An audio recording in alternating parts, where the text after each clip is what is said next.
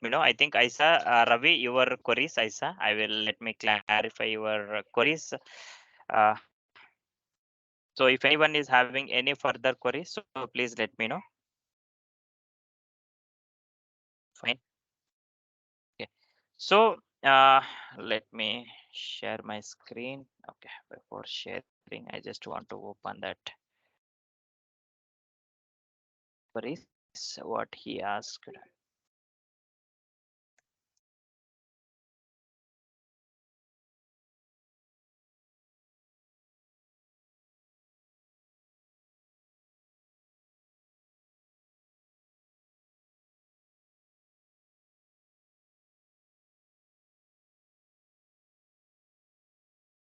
Okay.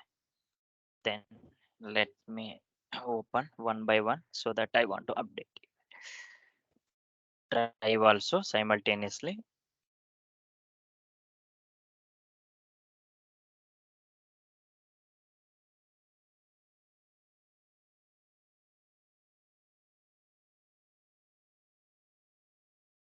Okay. So first let me go through the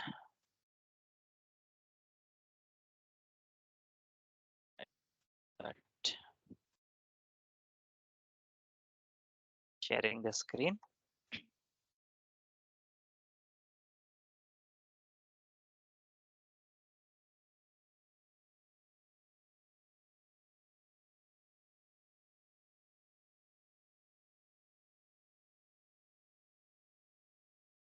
Okay.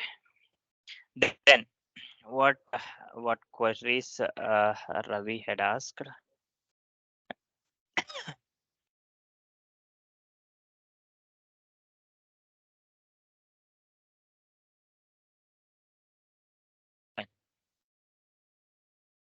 Now I think I mean there are few queries. Now yesterday's in terms of yesterday's session, he had asked what is the treasury and AP payments that you have mentioned in the I mean these are the two queries what Ravi had asked. Okay, I will let me clarify those two queries. Then sorry. 9th. So in terms of payment process, okay. Now treasury, the payment process for treasury is a differ, and as well as the for vendor payments are differ. Okay, now what is the difference between if we talk about both? Okay, the I'm just clarifying the queries only, just understand. Okay, in terms of now if I want to make the payment to the vendor, what will happen? Okay, based on the terms of payment. Okay, the terms of payment where we are going to specify in the master data or else at document level. Based on that, the system will the system will propose the due date based on the baseline date. Okay, from when you want to calculate the date of payment. Based on that, system will calculate, then system will automatically it will derive the line item for payment for vendor payments when we are processing the F110. Remember, for vendor payments, we are using transaction F110. Okay, what will happen here in the F110? Directly what we can do, we can pull the which are all the line items are due. Those line items will be present in the F110. Then we can do the payment. Okay, that is the process of the normal. This I would say it's a accounts payable process. I would say accounts payable as straightforward. Accounts payable and accounts receivable also. Okay, then I'll mention accounts payable process. This is the accounts payable process. Okay, then the vendor will be there based on the due line items. The system will do the payment. But treasury is a completely different. Okay, treasury, what will happen? Treasury will directly, I mean, vendor will not come into picture. Okay, what will happen? Directly bank to bank transfer. Okay, because due to the situations, now what will happen? The treasury is a completely the investment, or else it's a borrowing. Let us think the scenario. I am borrowing the. I'm doing investment into with the bank. That is a fixed term deposit. Let us assume fixed deposit. What I am doing with the bank. Then in between, now here you can see in this accounts payable process, the vendor will come into picture. We are transferring money to the vendor bank account. But for in treasury, when I am transferring the money, vendor will not come into picture. Directly the bank to bank. From my bank account, I am directly transferring money to bank account. That is what it's a completely the process is differ. Okay, for remember for treasury payments, how the treasury payments will happen. Okay, treasury payments process, the treasury payments process, direct bank to bank transfer. Then remember, direct bank to bank transfer. Even in the standard system itself, what we can do, then direct bank to bank transfer, then the transaction code is that F111. F111 is the free form payment. Okay, we could say, I would say this is a free form payment. What will happen when we run the F110 before, even if before execution of the F110 also, F111, we need to raise the payment request. The process, if I want to do bank to bank transfer, the process is payment request, payment request generated, then payment request need to review and to be approved, to be approved. Okay, so meaning that here the payment request will be generated. I am doing payment so and so person, so and so bank.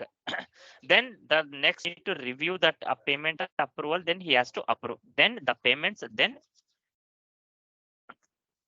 the payments will be trigger triggered into the F111. Okay, this is the process what it is going to happen. Once the F111 will be done, then the same process, then it will go to the bank, then bank will do the payment process. Okay, then yeah, and this is the difference between accounts payable and treasury payments. Then second thing is that the BCM. BCM is a functionality. Okay, now as I have explained, bank communication management, whatever it may be, it's irrespective of the payment process. Either it's accounts payable or treasury payment, whatever it may be. That payment has to go with respective approval. Here you can see only the authorized person is approving the payment request. See, now I am doing the 10,000 US dollars payment to the so and so bank I am transferring. Whether that money, whether that payment need to happen or not, that I am reviewing and approving. But now when the BCM will come into picture, either it's accounts payable or treasury payments, whatever it may be. What will happen? Then once the if BCM will come into picture, what will happen? We'll talk about the one by one. BCM process.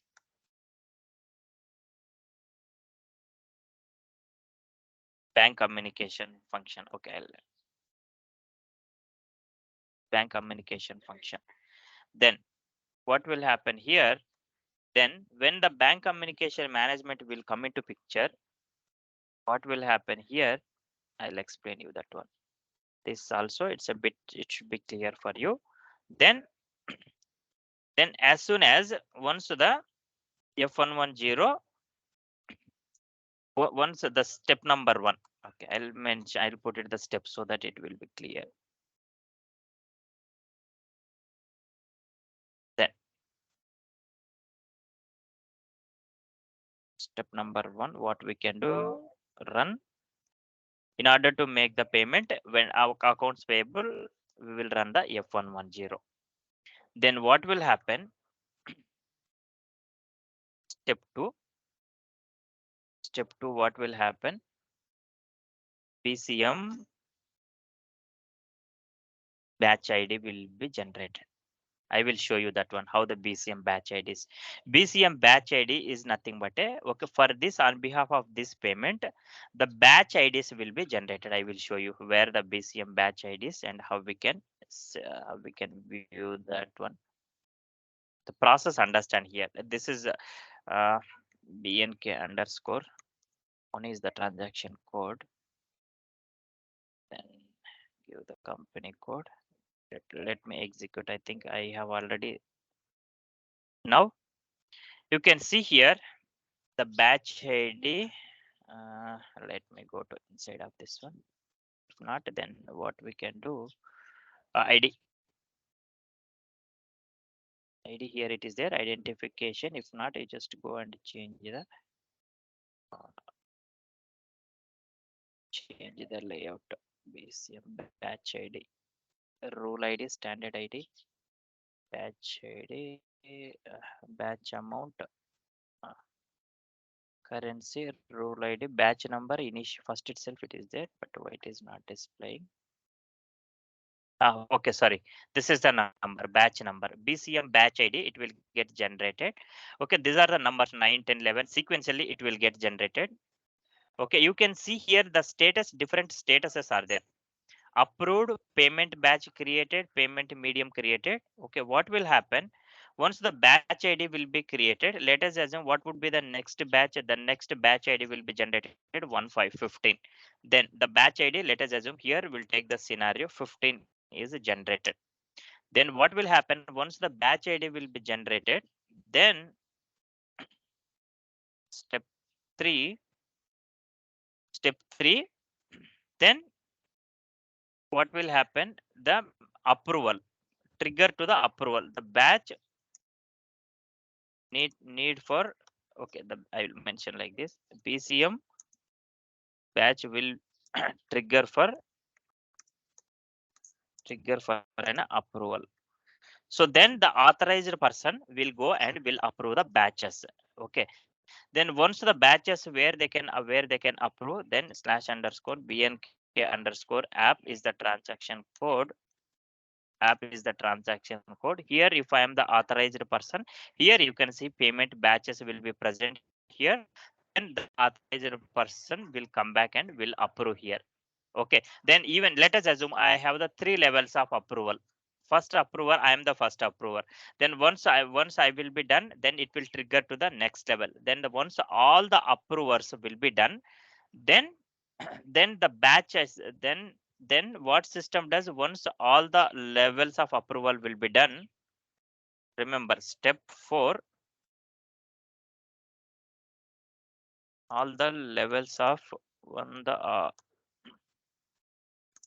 levels of approvals done, sorry, done, the system will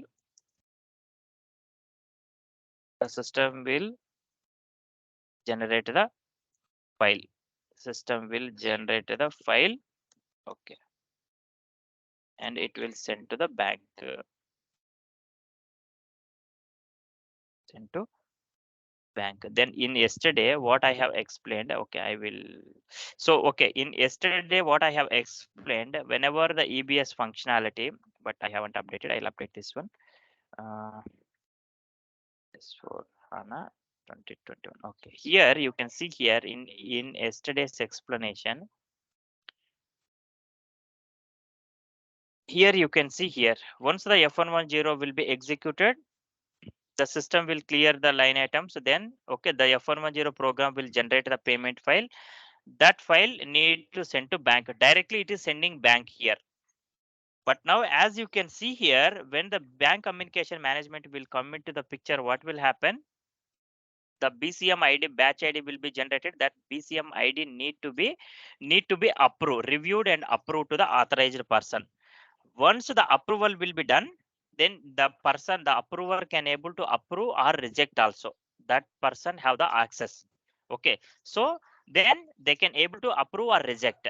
Okay. In such situation, what we can do, then once all the approvals will be done, then only the file will be sent to the bank. The file will be generated. The last step, the file will be generated. But now you can see here it's a normal F110. The file Immediately, as soon as once F110 will run, the file will be generated and it will send to the bank. Okay, this is the difference between BCM. If we have the BCM functionality, the batch ID will be generated, then that will get approved, then the file will generated. That is the difference between. The same process will be applicable for even this one also. The same process, even it will be applicable for F111. One moment.